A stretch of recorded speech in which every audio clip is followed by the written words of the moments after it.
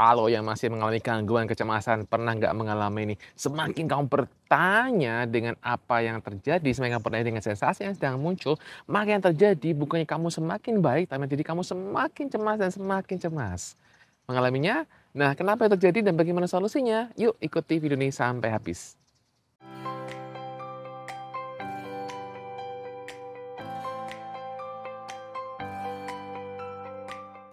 Teman-teman yang mengalami gangguan kecemasan ataupun gangguan kecemasan plus masa lambung, pasti sering bertanya-tanya kenapa aku mengalami ini, kenapa pusingku nggak hilang-hilang, ini kenapa masih muncul lagi, kenapa cemasku hadir lagi, padahal kemarin udah enak. Oh pokoknya banyak pertanyaan-pertanyaan yang ngumpul ya, ngumpul dan kemudian kita akhirnya semakin mencari tahu ya. Semakin mencari tahu dan mencari tahu, yang terjadi sebenarnya adalah yang tadi saya bilang di awal, semakin kamu semakin cemas.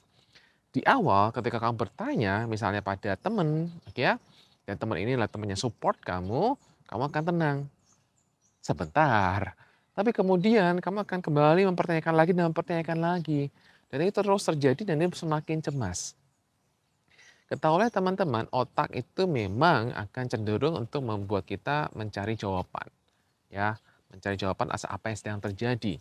Dengan tujuan ketika kita bisa mendapatkan jawaban atas apa yang sedang terjadi, kita dapatkan solusinya dan kemudian kita bisa segera lepas dari masalah ini.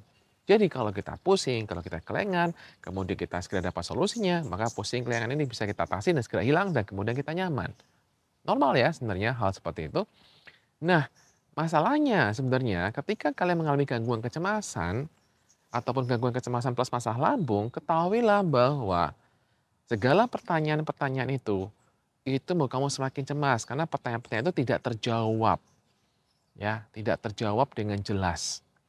Semakin kamu bertanya dan biasanya pertanyaan-pertanyaan itu adalah cenderung yang mempertanyakan, cenderung pertanyaan yang negatif, jangan-jangan akan begini, jangan-jangan negatif, begitu ya, pertanyaan kamu cenderungnya akan begitu, maka itulah yang menyebabkan sebenarnya kamu semakin cemas. Jadi masalahnya adalah pertanyaan-pertanyaanmu yang sebenarnya menjurus ke arah yang begitu-begitu, yang kalau ini ternyata begini cancer gimana? Nanti kalau ini ternyata gejala stroke gimana? Nanti kalau ini aku nggak tahu gimana? Nanti kalau ini ternyata firasat gimana ya? Kalau ini benar-benar firasat ya? Jangan-jangan bukan sensasi, jangan-jangan ini benar-benar firasat. Kemudian kita bertanya-bertanya seperti itu loh teman-teman yang saya bilang semakin membuat kamu cemas. Ya. Nah, ketika kita bertanya, itu juga ada beberapa hal yang terjadi yang saya lihat dari selama teman-teman yang mengalami gangguan kecemasan, yaitu yang baru pertama kali mengalami gangguan kecemasan, belum tahu itu gangguan kecemasan, mereka tuh seringkali bertanyanya pada Google. Bertanya pada Google ketika pusing, kemudian mereka tanya, "Wah, ini kenapa pusing?" Jawabannya ketika di Google, wah malah macam-macam, stroke ataupun penyakit kronis lainnya yang semakin membuat mereka semakin pusing, semakin cemas, ya. Ya, ini sering dilakukan. Dan yang kedua adalah mereka yang ketika bertanya, kemudian mereka bertanya pada temannya, pada orang. Nah, orangnya ini nggak ngerti tentang gangguan kecemasan. Maka ketika dia berusaha motivasi, motivasinya kadang-kadang membuat kita jadi takut. Misalnya, ada orang yang kita ngeluh nih, "Aduh kok jantungku berdetak kencang kayak banget ya, duduk kerasa banget sampai sini, sampai rasanya ini sampai kedengaran di sini," gitu kan. Anda kan takut kan, Anda kan cemas. Kemudian Anda curhat sama teman, teman Anda ngomong, "Wah, itu ada temanku kayak gitu, itu meninggal loh tiba-tiba lah gara-gara itu loh." Wah, baik dah, kamu semakin cemas gara-gara itu. Kamu sharing pada orang yang salah. Ya kan? Sharing pada orang yang salah itu benar-benar penyiksaan. Dan kamu akan mengalami apa? Mengalami kecemasan. Kamu jadinya cemas kamu akan semakin bertambah dan akhirnya bisa semakin berjam-jam dan seharian gara-gara teringat omongan teman kamu ini. Kemudian bertanya pada dokter. Bertanya pada dokter ini tepat sebenarnya. Karena apa? Karena dia udah tahu medikal kita. Dia ada alat tesnya kan teman-teman. Jadi kan dokter nggak akan segampang itu memutuskan bahwa kamu ini masalahnya A atau B atau sakit apa. Pasti kan ada, dia akan lihat ini gejalanya apa, sudah berapa lama, dibuat database dulu, oh ini gini-gini, oh kemungkinan ini apakah benar, kemudian kalau nggak yakin dokternya tes dulu gitu kan, dari hasil tes kemudian, oh ini berarti bukan ini, berarti yang ini. Jadi ada serangkaian-serangkaian tes yang akan kemudian membuat dokter itu memberikan diagnos bahwa, oh ini kamu mengalami ini, gitu kan. Sehingga itu serangkaian hal itu adalah sebenarnya lebih benar dibandingkan ketika kamu tanya Google. Nah, ada juga orang yang kemudian bertanya pada orang pinter. Ya, bertanya pada orang pintar, kenapa? Karena takutnya itu ada yang guna-guna, takutnya ada yang jin gitu kan, yang takutnya dititipin orang, diserang orang, sehingga kemudian merasakan begitu. Nah, ini juga banyak seperti itu. Nah, akhirnya kalau misalnya orang yang dianggap pintar itu benar, maksudnya ya Anda mungkin akan lebih tenang karena dianggapnya bahwa, "Oh, nggak ada," gitu kan. Tapi kemudian kalau kemudian dia ngomong, "Oh iya, ada yang nguntit," gitu kan, waduh, tambah semakin cemas. Tambah semakin kepikiran, "Aduh gimana nih, gimana gimana?" Nah itu yang terjadi teman-teman. Jadi yang membuat kamu semakin cemas adalah ketika kamu bertanya dan bertanya.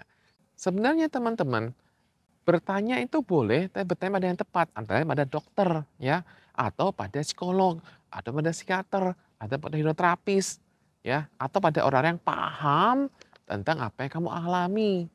Kalau nggak paham, yang terjadi kamu bukannya semakin tenang, kamu semakin cemas, ya. Itu yang perlu kamu pahami ya. Teman-teman yang saya katakan di sini adalah bertanyalah sekali lagi pada orang yang tepat dan juga teman-teman belajarlah untuk berhenti bertanya. Belajar saya bilang. Ketika kamu bertanya pada orang yang tepat, kamu akan merasakan tenang, tapi kemudian kamu akan cemas lagi. Kenapa? Karena kamu nggak belajar untuk mandiri. Belajar untuk percaya bahwa kamu baik-baik saja. Itu masalahnya teman-teman. Jadi ketika kamu terus bertanya, bertanya, bertanya, kemandirian kamu tuh nggak hadir. Kemandirian kamu tuh nggak terbawa, nggak terbentuk.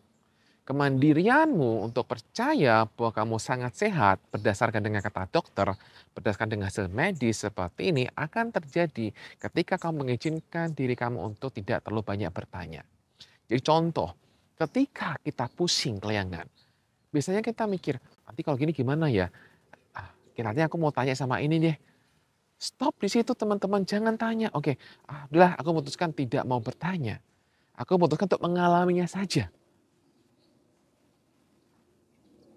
Aku putuskan untuk mengalaminya saja. Begitu teman-teman tidak bertanya dan putuskan untuk mengalami saja, karena sudah seringkali selama ini adalah baik-baik saja kan.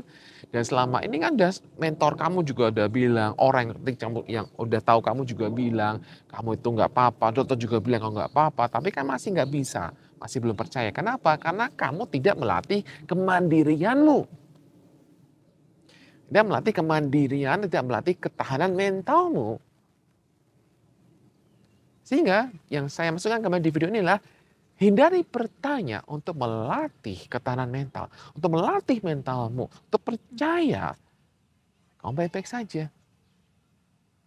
Nah, ini memang perlu latihan. Di awal pasti gagal, bisa, sangat mungkin. Ya sangat mungkin sekali, tapi nggak apa-apa, terus coba dan coba. Ya, itu akan sangat membantu sekali bagi teman-teman semuanya. Nah, silakan dipraktekkan saja.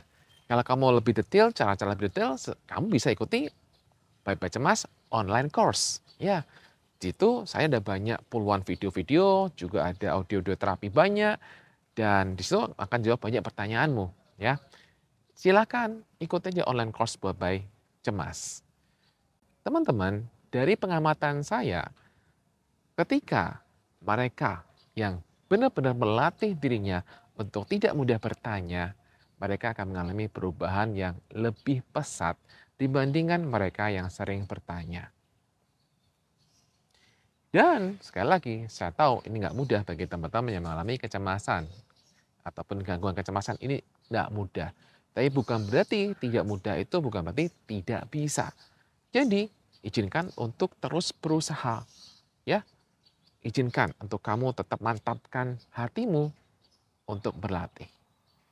Oke, teman-teman, selamat berlatih tidak bertanya dan percayalah kamu akan cepat sembuh. Bye bye, cemas.